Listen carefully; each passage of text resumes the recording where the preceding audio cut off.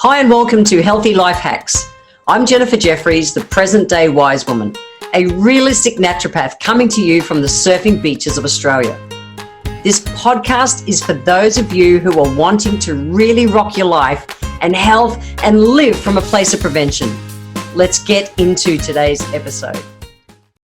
When I was 26, I had been working too hard, playing too hard. It was the 1980s, and I ended up with Hashimoto's after I burned out my adrenal glands. So Hashimoto's is an autoimmune disease of the thyroid, and we usually see it show up with things like shitty sleep, shitty energy, shitty weight. That's how it usually shows up. Now, I chose at the time not to be medicated. I chose, the doctors wanted me to take these drugs, and I chose to see a natural therapist instead. Now, I just want to say I'm not giving any medical advice. You get to make your own choices, but do your research and make your own choices, okay? So I was so inspired with how this practitioner was able to help me that it led me to quit everything, quit my job, quit everything. And I went back to school and I studied to be a naturopath, and I put all my specialty into how the adrenal glands influence our body systems. So I'm coming to you, talking to you as a naturopath, and we look at stuff differently. That's why it's important. Listen to your doctor and make your own choices. I made my choices, and I'm really happy with what I did. And I'm going to talk today about how I've managed my thyroid for the last, over 30 years.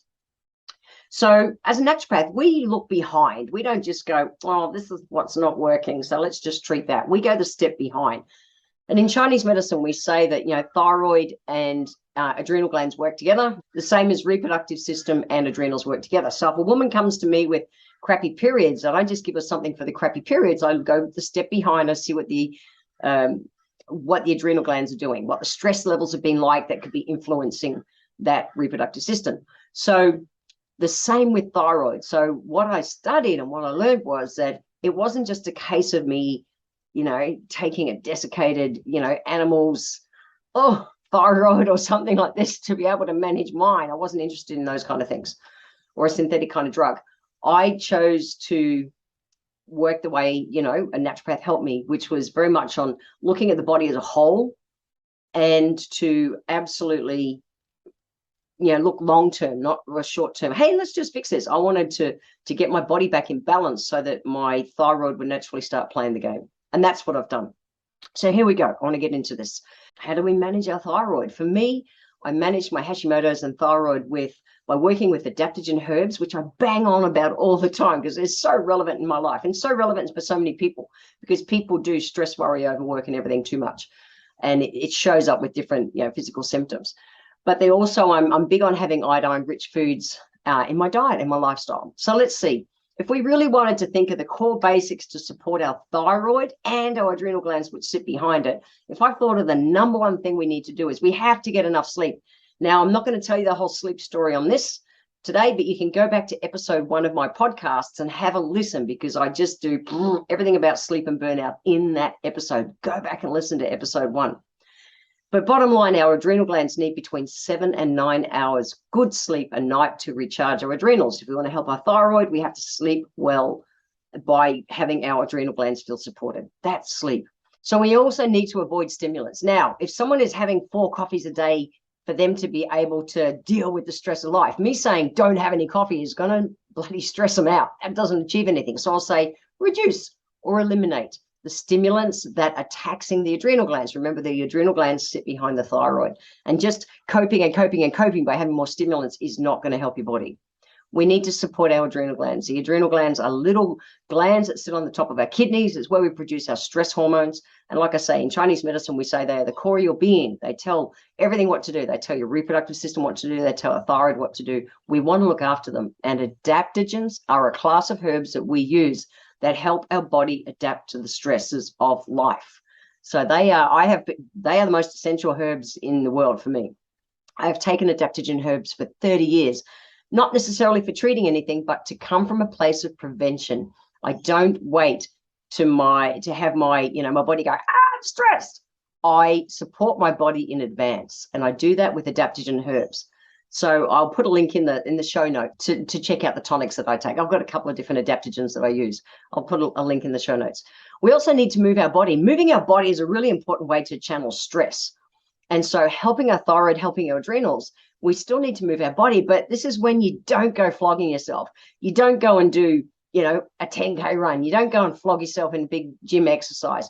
It's about doing, and again, it's a Chinese medicine thinking. We want to do things like Qigong, Tai Chi, Pilates, yoga, restorative exercises that move our body, absolutely pump our blood, pump our lymphatic system. There's strength, natural weight-bearing exercises. However, they don't tax our body. Really different game. So if you have got a tired body and you're thinking, I want to lose this weight and get some energy back because my thyroid's out of whack, stop flogging yourself in the gym. It's not going to serve you. Okay, get moving, but do things like Qigong, Tai Chi, Pilates, yoga. And in fact, I'll throw a link in the show notes. My wife is actually a Qigong and yoga teacher. I'll put a couple links there to a couple of her classes. It's free online. You can have a look. And there's a really good seated yoga one.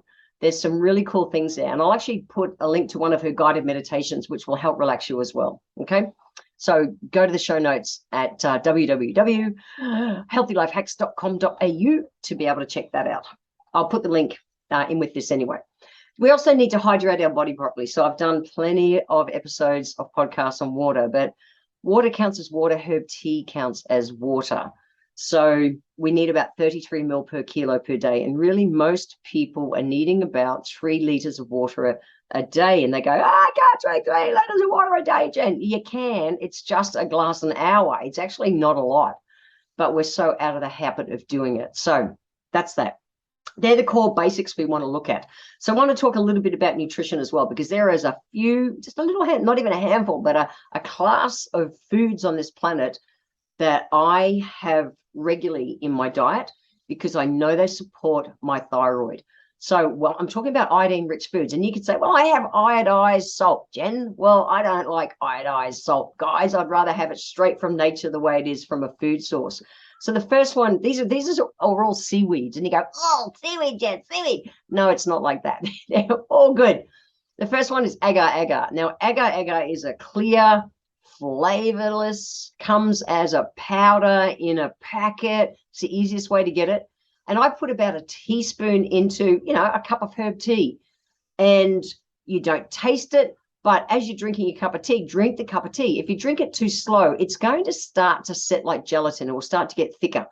And this is because agar it's a really good form of indigestible fiber. So it's really good for bowel waste and bulk and everything like that, for the removal of wastes. Really good. But make sure you have 3 liters of water a day. So if you're having your right amount of water, it all works anyway.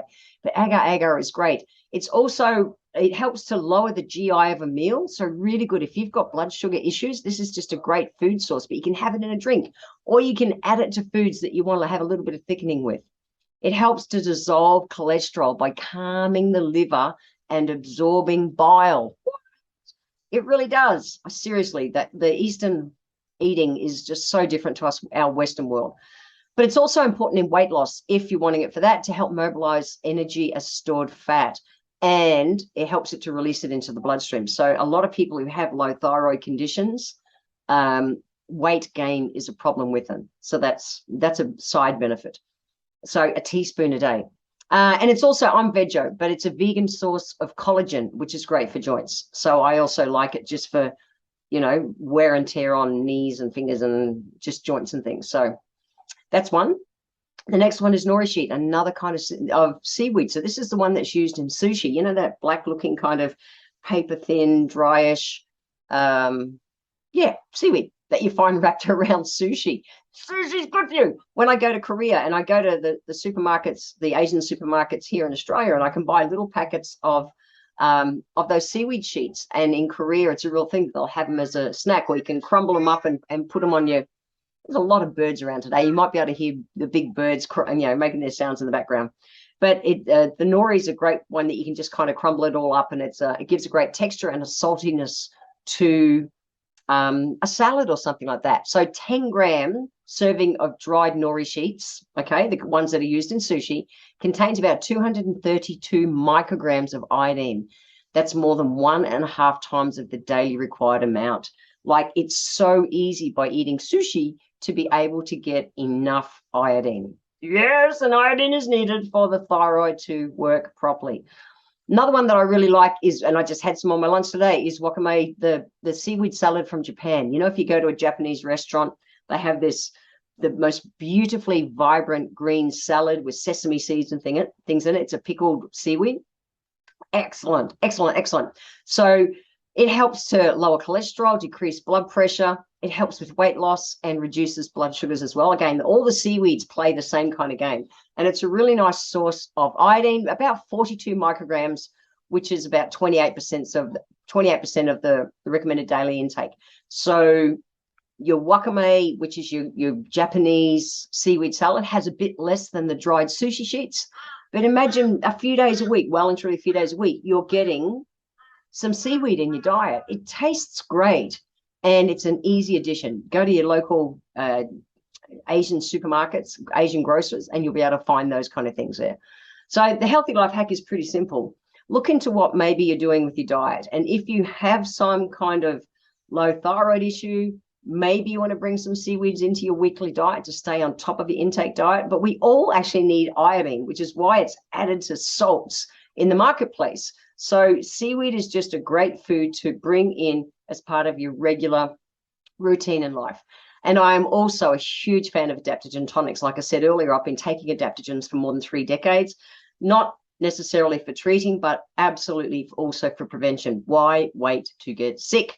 So go to the show notes, www.healthylifehacks.com.au, and I'll give you a couple of links to those things. I want to thank you for being here today. If you enjoyed my podcast, please let me know by leaving a review on Apple Podcast. Every month, I draw one lucky person who leaves a review on Apple Podcast to have a free 1-hour consultation with me. Be sure to subscribe to the show wherever you're tuning in from so that you always catch the next episode. And if you would like to receive a free copy of my Feed Your Body ebook, simply click the link in the comments below. Join my newsletter and we will get that free ebook sent to you. I welcome your emails, and you can write to me at podcast@healthylifehacks.com.au. Until next time, remember, when it comes to life, live it, love it, and get on with it.